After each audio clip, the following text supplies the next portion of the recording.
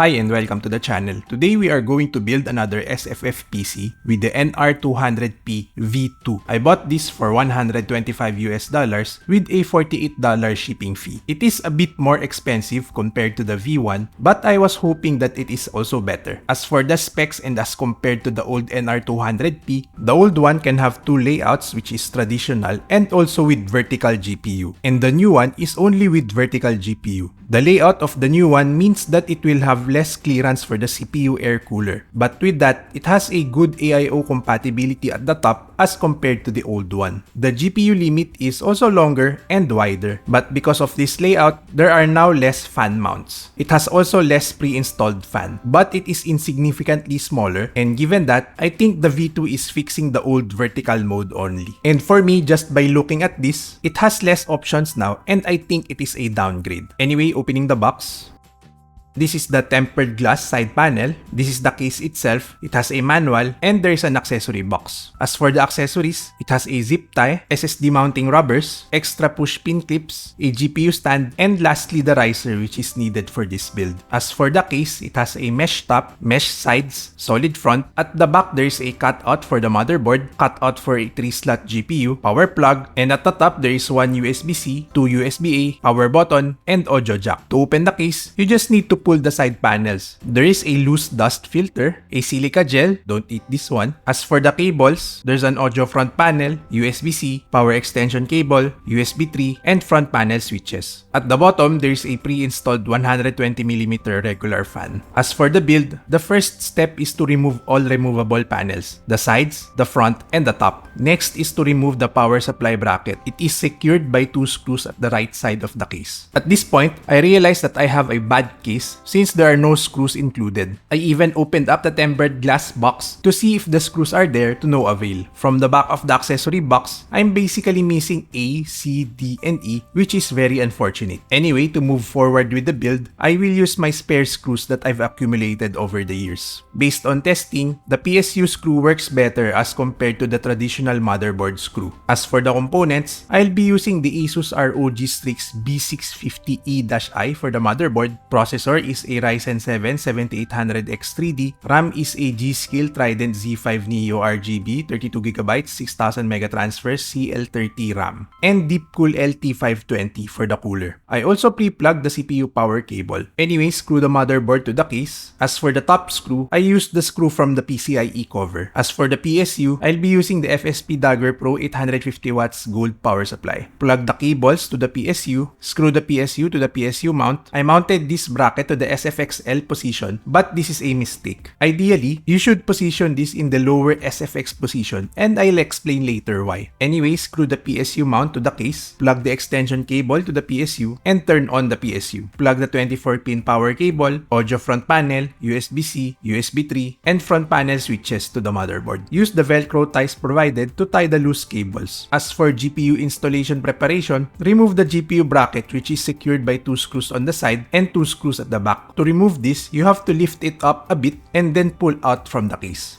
As for the GPU, I'll be using the Gigabyte RTX 4070 Ti Super Gaming OC. Slot the GPU baffle to the GPU bracket and then screw the GPU to the GPU bracket. To be honest, you don't need to remove the bracket for all GPUs. Even for my GPU, since it is just 300mm long. This step of removing the GPU bracket is ideal for longer GPUs. Anyway, before installing the GPU, install the cover of the AIO first as you will lose access to this. Install the GPU bracket to the case and secure it with screws. Next step is to remove the bottom panel for riser installation. Flip the case upside down, plug the riser to the motherboard, and you'll notice that the riser is a bit long. So just force it a bit to slot your GPU to the riser.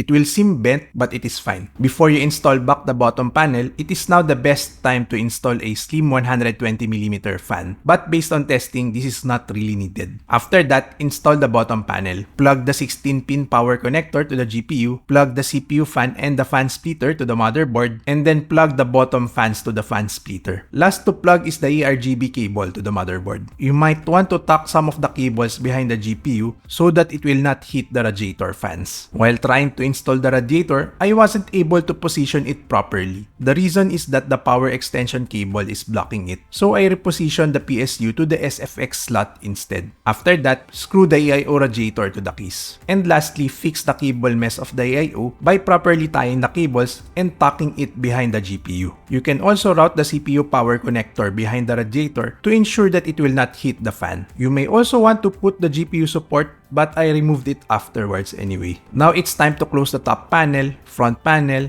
right side panel, and lastly the left side panel. Sadly, upon testing, it won't power up. With that, I painstakingly removed the GPU first to troubleshoot. But the fix was to just reseat the 24-pin power connector. After it booted, I got this USB device over current status detected error message. To fix this, I unplugged the USB-C front panel and it continued to Windows OS. To address the missing screws, I actually contacted Amazon first and sadly they don't have spare screws to send to me. They instead gave me a $50 voucher, which is actually not bad. Another option that seems to be open is to return the item, but I didn't pursue it as it was a hassle. I also emailed Cooler Master support, but since I bought the case from Amazon, I was redirected to Amazon customer support. I asked Cooler Master support again if I can buy the screws separately, but unfortunately the screws are not available for sale. Although both support didn't provide a real solution, I think the response is acceptable. If I have pushed further, I might have gotten a full spec of the screw to buy at a local hardware store. As for testing, I tested this in 4 configurations. This is a combination of a glass and mesh side panel combined with and without slim bottom fan.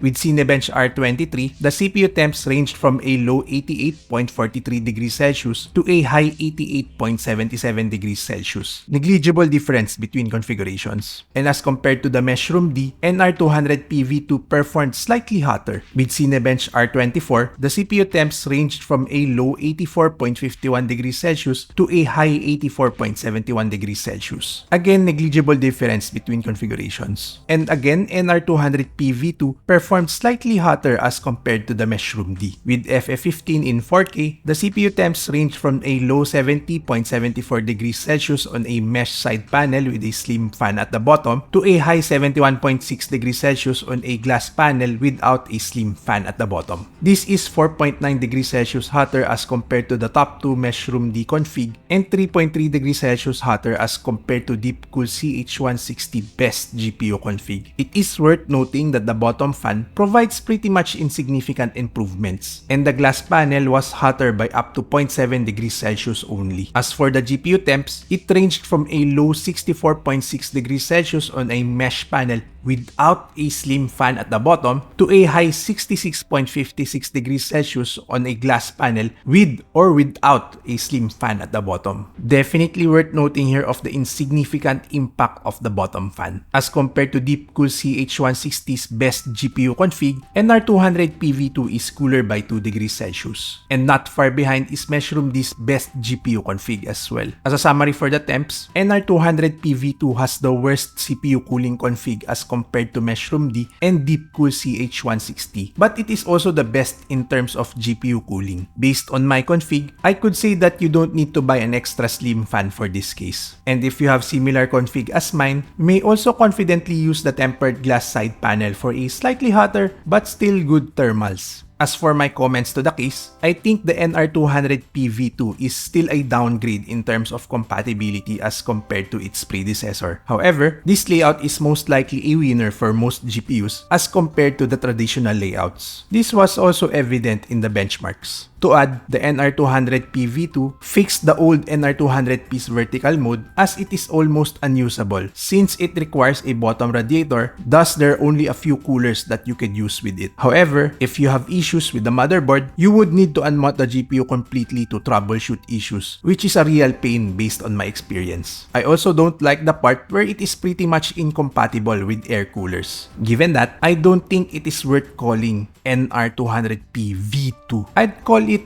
NR200P Kai. In reference to Dragon Ball Z Kai from Fandom Wiki, Kai means updated, modified, or altered, reflecting it being an abridging of the original that removes a majority of its filler. With the V1, you could consider the traditional layout mode as the filler which they removed. And the fixed vertical GPU layout is just really a small alteration. It fixed a few problems, but not all. I think the proper solution to the issues provided by the V2 is to sadly transform the case to a good old sandwich style layout. You'd get good 67mm true air cooler compatibility and then get the benefits of a top radiator as well. Furthermore, you wouldn't need to unmount the GPU if there are motherboard issues. As to whether I'd recommend this, emotionally speaking, I would consider this as a fail since Cooler Master failed to provide screws and to add salt to injury, likely a broken USB-C. Holistically speaking, the GPU temps is phenomenal, however they sacrificed CPU temps. The GPU compatibility is a lot better and it may be more useful in the long term as compared to the V1, but it is still a downgrade in overall compatibility. And I basically lost convenient access to my motherboard. Given that, personally and not emotionally, I'd still go with the older one. It is also cheaper at that. Anyway, that's it for this video. Do let me know in the comments below on what you think of this case. Thanks for watching. Do like or dislike and subscribe for more unboxing, SFF builds, and benchmarks. Bye!